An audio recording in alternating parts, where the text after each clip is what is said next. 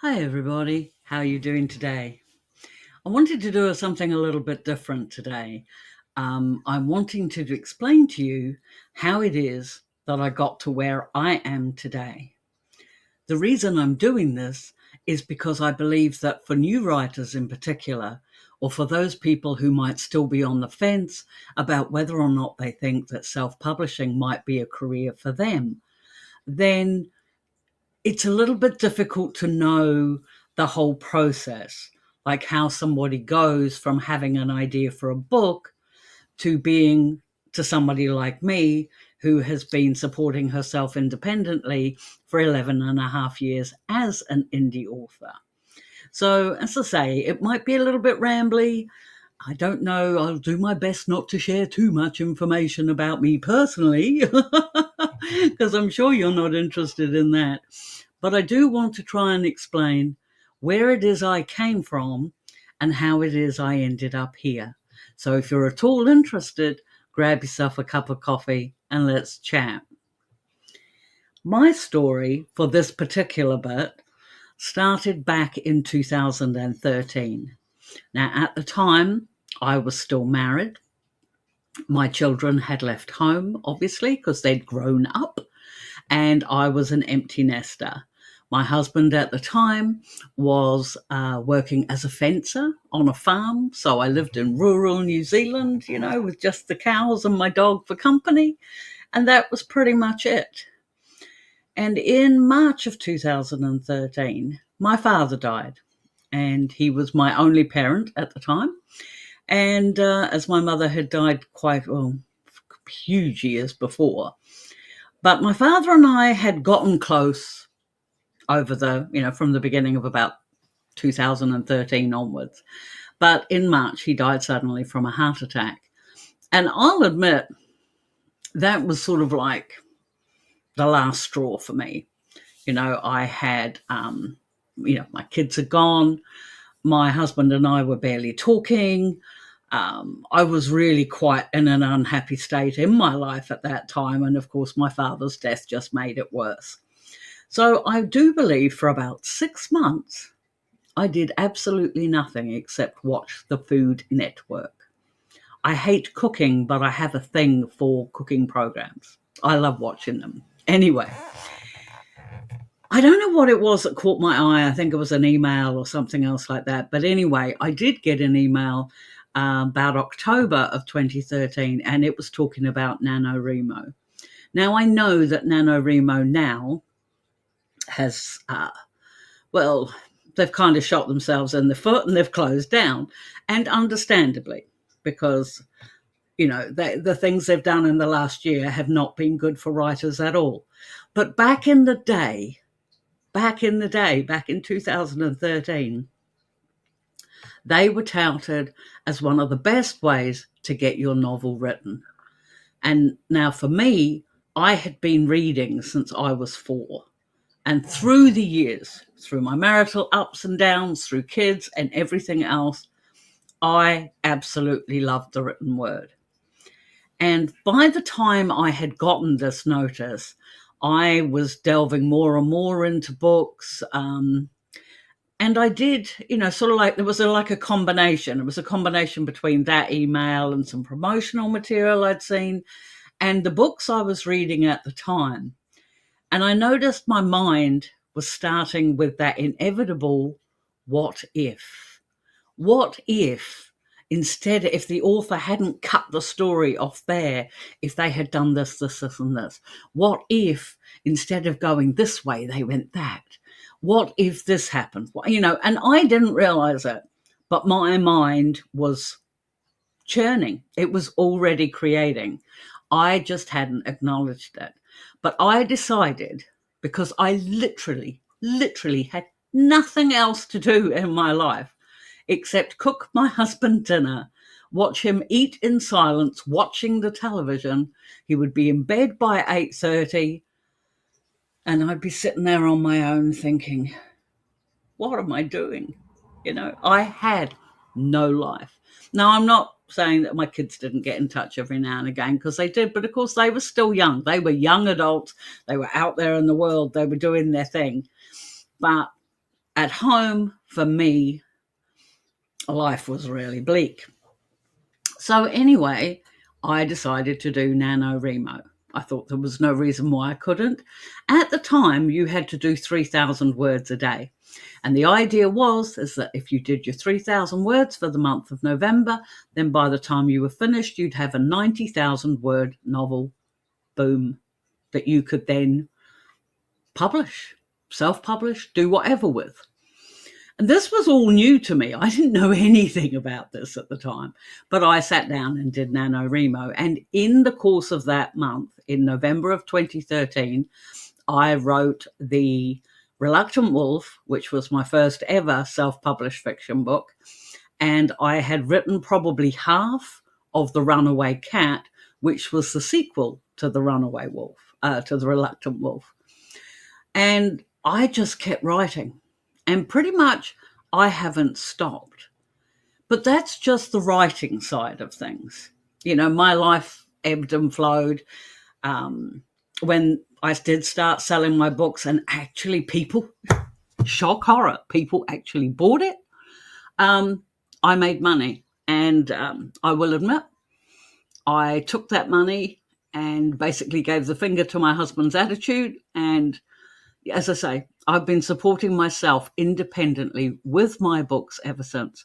I don't get alimony. I don't get government pensions, although I am due to get one in a year and a half. But I didn't get any form of benefit or food stamps or anything like that at all. I have completely supported myself on the income from my writing ever since. I didn't publish The Reluctant Wolf until 2014. Now, a lot of this was to do with what if nobody reads it? Or like I think at the time I couldn't decide what was worse. What if nobody read it at all? In which case, did that say I'd wasted all my time? Or what if people did read it and they didn't like it? Like I was all this fear and doubt and everything else. And at the time, I didn't have the network of friends, author friends, reader friends, or anything else that I have now. This was just me, the silly old lady sitting in this rather dank house in rural New Zealand, wondering what on earth to do. And I know I gave my book to my daughter to read, and yeah, you sometimes have to be a bit careful with that. I mean, please note my daughter was an adult at the time. However, I gave it to her to read. I think I gave it to her and one of my son's partners. And they both got to chapter 5 in The Reluctant Wolf, and then they said they couldn't read it. And I was like, oh no, what's wrong with it? You know, what happened in chapter 5? I was like on book 3 or 4 by this stage, so I wasn't, you can't expect me to remember. But it's apparently when they had the claiming scene. So, of course, there was some adult content involved. And I said, oh, have I not done that right? Like, have I not written that right or what have you? And it was like, no, Mum, I don't like the idea of my mum writing sex, so they couldn't read it. And I was like, oh, gosh, so they hadn't got past that. They hadn't read the rest of that story and seen how it panned out. And I was like, I really was. I was starting to feel like I was wasting my time. But by this stage, I had written, as I say, 3 books, and I was on my way to the 4th book in that series because I didn't stop writing. That 3,000 words a day habit stuck with me, and it was really important part of my day. And there were some days there where, like, I might have been busy in the day, and then my husband would go to bed. As I say, he used to go to bed about 8:30 in the evening, and I would sit down and write, and I would still be writing when his alarm went off to get up in the morning. I was just that, like, it became my sole focus, and it was really awesome. So I was writing. But I had nothing to do. I had nowhere to put these books. And I did know about self-publishing through KDP. It hadn't been around that long, I don't think, but I did know about it because before, when my kids were at home and I was, raising kids and trying to help out with the income, I used to ghostwrite, yeah, the SEO content and all the other crap that people seem to think will sell. But I used to ghostwrite that. So I did know about self-publishing and everything else. I've just never done it for myself. So I thought, well, I think I got annoyed with myself by that stage. And I just thought, you know what? I really don't care if nobody reads it or buys it or anything else. I put the first book up. And I think I had a Facebook profile at the time. I talked a bit about that in my marketing video, which you might have seen earlier.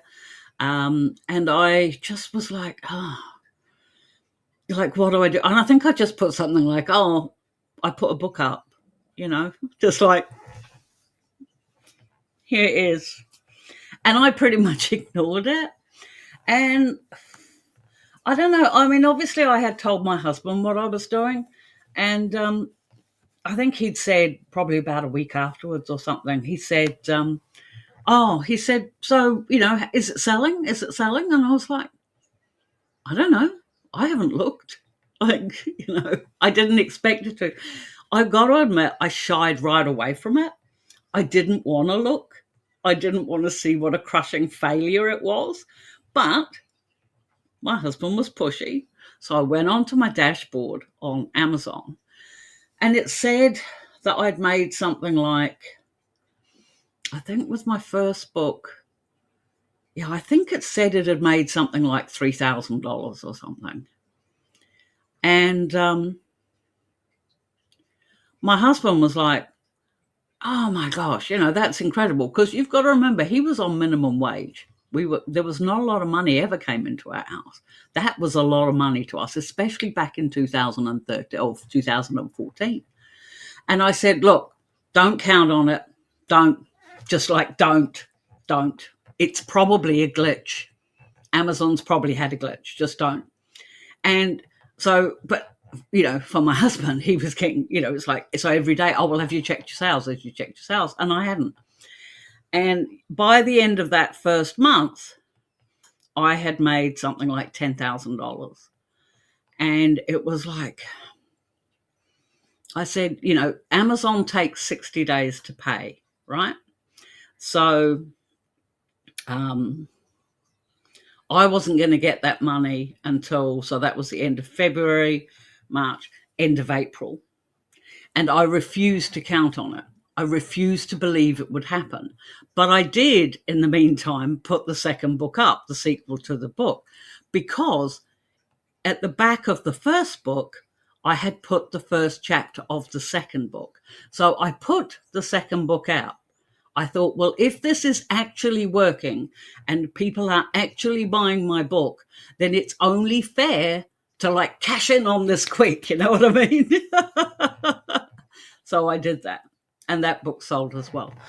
Now, the rest is kind of history because the check did come. At the time, it was checks, but I very quickly worked out how to get an American bank account. And now I get paid, now Amazon will pay you directly to your New Zealand bank account, which is fine. There's been a lot of advances in the 10 years. And I mean, my marriage didn't last because, not so much, but because of the worry of the money rather, but because my husband made a big deal out of my making this money, but he was homophobic. And so he would talk about the money I made, but if anybody asked him about the book, he said, I wouldn't read that rubbish. And as an author, I felt understandably miffed. And we broke up. November of that year, November of 2014. But he got his boat, he got a new van, he got a carpet cleaning business that I bought him. And then he trundled off and went and lived with someone else. So, that was that. It was a very, very, very, very angst-free divorce, believe me. But anyway, that's irrelevant. The thing was, is I now had the means to support myself, but there's always going to be a worry that it wouldn't last. And I think that's part of what fuels the fact that I continue to write. I have, on average, and you can see this for yourself, if you go into Amazon and type in Lisa Oliver, you will see for yourself how many books I've put out over that time. I couldn't tell you. As I say, I'm not quite sure of the exact number. I sort of stopped counting at over 100 titles. I think it's around 130 at the moment, but I can't be sure. And then there's anthologies I've been in. There's collab books I've written with other people. And I think this is a big thing. Once I started to sell, I started to learn more about being part of the community. And this is where I made a point in an earlier video about the importance of knowing your genre. And my genre at the time was very new, was very niche, and it had very small audiences. And in comparison to mainstream romances, for example, it still does. But it doesn't matter, because the people who are in that community are very close, very loyal.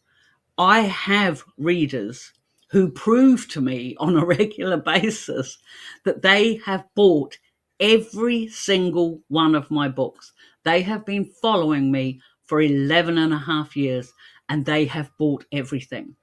Have they loved everything I've written? Absolutely not. But they have read every single one of my books, and they continue to follow me. And that for me is like, it's difficult to explain. I tried to explain to you what my life was like back when I started, how bleak it was, how unsure I was. I was filled with the grief about my father still. I was filled with the grief about my marriage, which I already knew wasn't working. I was filled with that empty nest feeling because my kids were off leading wonderful lives and they didn't need me anymore. And I do feel that this is a feeling that a lot of older people will resonate with. And so the writing was for me. I mean, when it was all said and done, and I've said this on more than one occasion, when I wrote my love stories, and admittedly, there was wolf shifters and vampires and fae and elven folk and all sorts of things.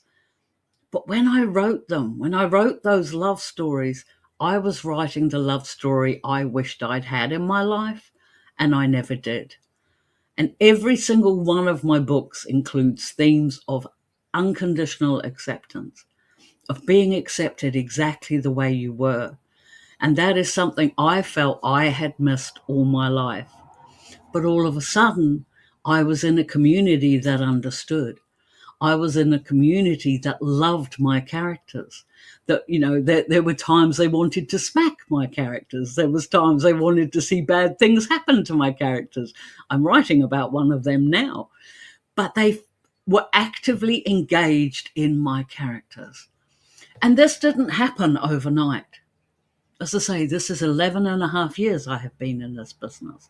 But if you go into Google this time and type in Lisa Oliver author, you will see all the work that has gone into where I'm at now. All the social media platforms, my blogs, my everywhere that I am, because I wanted this to succeed. And it just grew organically. I can't remember. I originally did have a group for my readers. Well, another reader set it up for me. And then, there was a bit of issue with that. So I started up my own group, which I have now. Now, my own group I'm actually not sure. It's between about 1,000 and 2,000 members, I think, of my readers. And there'd be a lot of people who would say, oh, that's not very much. And I mean, it's the same applies to my newsletter. My newsletter has about 1,200 subscribers. I sent one off this morning. I think I've got about 4,000 friends on Facebook, on my Facebook profile. But a lot of them are authors that I follow because I like following other authors. But all of this grew organically over time. But the thing is, even with what would be considered a relatively small audience, in 11 and a half years, there has only been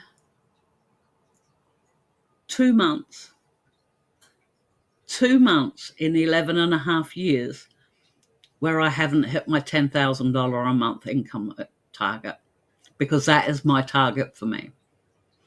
Now, a lot of that is a lot of my sales now are backlist sales, but I still make on an average between $3,000 and $4,000 from each new release in the month it goes out. So, say for example, last month my Gentleman's Agreement went out, and that goes live on the 20th. I put it up on pre-order on the 6th. It goes live on the 20th. And by the end of the month, then I had made roughly about, I think it was about $3,200 or something for that particular book for those roughly 10 days. But then it'll continue to sell into this month as well. You see what I mean? But my income target from that very first month that I put my first book up was $10,000. And I have stuck to that income target. Sometimes I have just scraped in. Other times I've made that amount by the 20th of the month. It really, there are so many things out of your control in this business. And I do need to make that fact very clear. The Amazon boycott affected me recently because, of course, I sell the majority of my books on Amazon. Although I'm also a proponent for wide as well. I sell wide as well. But, so there was the Amazon boycott. There's, in the summer months, a lot of my readers are American. And so in the months of June and July, when it's the height of that summer, the Northern Hemisphere summer, I make less sales. I don't know why, because that doesn't apply when we're in summer, but it does when we're in the American summer.